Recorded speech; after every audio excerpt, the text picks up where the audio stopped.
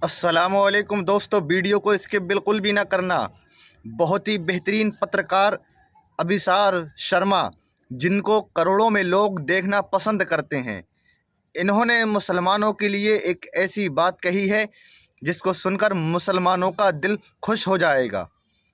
और जो मुसलमानों से जलने वाले हैं उनका मुंह उतर जाएगा। महाकुंभ मेले में मुसलमानों को जाने से रोक लगा दी गई और मुसलमानों के लिए तरह तरह की बातें कही गईं कि मुसलमानों से सनातनियों का धर्म भ्रष्ट हो जाता है, या ऐसा हो जाता है, या वैसा हो जाता है। तरह तरह की बात कही। और जब महाकुंभ में भगदड़ मची तो वहाँ लोग अपने अपने को पहचानने को तैयार नहीं, लोगों के पास कोई साधन नहीं। फिर मुसलमानों ने अपना दिल भी खोला और उनके लिए दरगाहें, मस्जिदें, इमाम बाड़े भी खोले और उनको रहने सहने का, खाने पीने का टोटल इंतज़ाम करवाया। ये होती है गंगा जमनी तहजीब की मिसाल पेश कर दी मुसलमानों ने।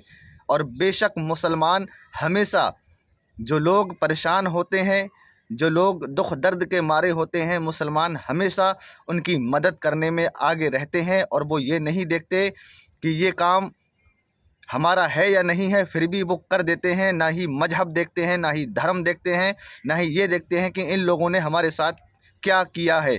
तो सुने अभिसार शर्मा की वो बेहतरीन खबर, जिसको सुनकर तमाम मुसलमानों का दिल खुश हो जाएगा। वीडियो अभिसार शर्मा यूट्यूब चैनल से ली गई है। इसका ओरिजिनल लिंक आपको डिस्क्रिप्शन में मिल जाएगा, वहाँ जाकर भी आप ओरिजिनल वीडियो को देख सकते हैं। मैं देखता हूँ रिएक्शन के तौर पर, आप भी देखें मेरे साथ।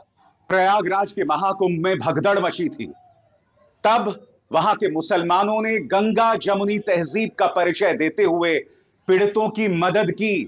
सुने, जब गंगा प्रशासन जमुनी ये तहजीब मानने को ही नहीं तैयार पीड़ितों था की कि किसी मदद की मौत हुई है, जब मुख्यमंत्री आदित्यनाथ से लेकर पुलिस कोई भी मानने को तैयार नहीं था, तब इमाम बाड़ों में, मस्जिदों में, तमाम जी धार्मिक बिल्कुल, इमाम स्थलों में बाड़ों और मस्जिदों मुसलमानों में। ने हिंदुओं की मदद की।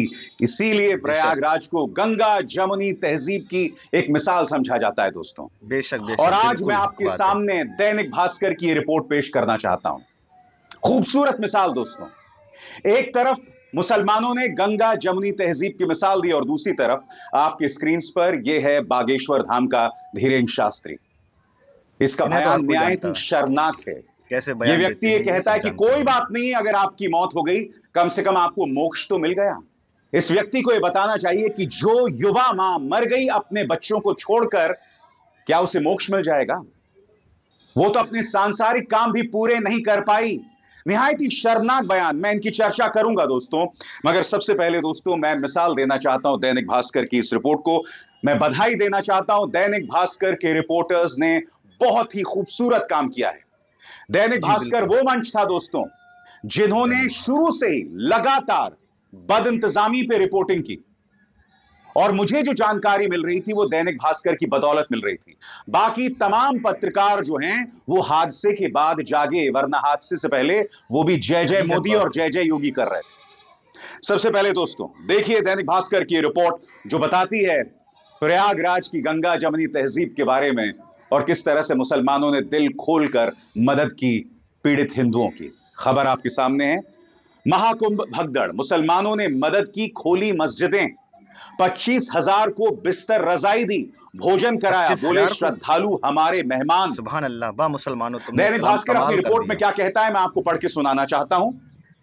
यह वो वक्त था जब श्रद्धालुओं के लिए की गई व्यवस्थाएं ध्वस्त हो गईं। श्रद्धालुओं की एंट्री रोक दी गई थी, जो जहां था एंट्री रोक दी वहीं गई पर थी, रोका गया। जिससे ऐसे में रोका गया। 29 जनवरी 29 को जनवरी को जनसेनगंज रोड समेत 10 से ज्यादा इलाकों के मुसलमानों ने बड़ा दिल दिखाया। 25 से सुभान अल्लाह, 26 हजार श्रद्धालुओं के लिए 25 मस्जिद, से मजार, 26,000 दरगाह, श्रद्धालु। इमाम बाड़े और अपने घरों के दरवाजे खोल दिए गए। लोगों के रुकने की व्यवस्था की, उन तक भोजन और चाय पानी पहुंचाया, जिन्हें दवा की जरूरत थी उनकी तीमारदारी की। इस तरह से गंगा जमनी तहजीब की उन्होंने मिसाल दी और मुसलमानों के प्रवेश में महाकुंभ में रोक लगा दी गई थी। सबसे बड़ी बात यह धमकी भी दी गई थी कि अगर आप गाड़ी लेकर आएंगे और अगर उस गाड़ी का ड्राइवर मुसलमान होगा तो उसके सुरक्षा की जिम्मेदारी उसकी खुद की होगी या आपकी होगी। इस तरह से हाँ, नफरत। जिसका मगर ड्राइवर आज वो मुसलमान हो, मुसलमान मैं मदद कर बताओ, रहे हैं। सबसे मुसलमानों पहले से इतनी नफरत, इमाम और साहब फिर भी किस तरह से मुसलमानों ने पानी देखो बांट रहे कैसे हैं मदद दोस्तों। की। इसका वीडियो देखते हैं। ये वसीउल्लाह साहब की मस्जिद के इमाम साहब अमीन साहब जो है हमारे यहाँ इमामों पे के साथ पानी कितनी भर बर्बरता हो रही है, जहाँ तहाँ इमामों को मारा जा रहा है और देखिए इमाम साहब यहाँ पानी पिला रहे हैं। पानी ले लो पानी। वसीउल्लाह साहब की मस्जिद के इमाम साहब जो है यहाँ पे लोगों को पानी बांट रहे हैं। ऐसी आपको ढेरों तस्वीरें, ढेरों वीडियोस मिलेंगे और मैं आपको बतलाना चाहता हूं कि किस तरह से इन्होंने गंगा जमुनी तहजीब की मिसाल दी। दैनिक भास्कर क्या कहता है आपकी स्क्रीन पर। श्रद्धालुओं को 29 जनवरी की रात भी सड़क पर ही काटनी थी। ऐसे में प्रयागराज के मुसलमानों ने गंगा जमुनी तहजीब की मिसाल दी। मेला क्षेत्र से 10 किलोमीटर दूर खुलदाबाद सब्जी मंडी मस्जिद, बड़ा ताजिया इमाम बाड़ा, हिम्मतगंज दरगाह और चौक मस्जिद में लोगों को ठहराया गया। इसकी कुछ तस्वीरें और वीडियो भी सामने उभर कर आए हैं। मुस्लिम समुदाय के मोहल्ले नखास कोहना, रोशनबाग, हिम्मतगंज, खुलदाबाद, रानी मंडी, शाहगंज के लोगों ने अपने घर में श्रद्धालुओं को ठहराया, उन्हें चाय नाश्ता कराया, खाना खिलाया। इन मोहल्लों में रात में भंडारा चलाया गया।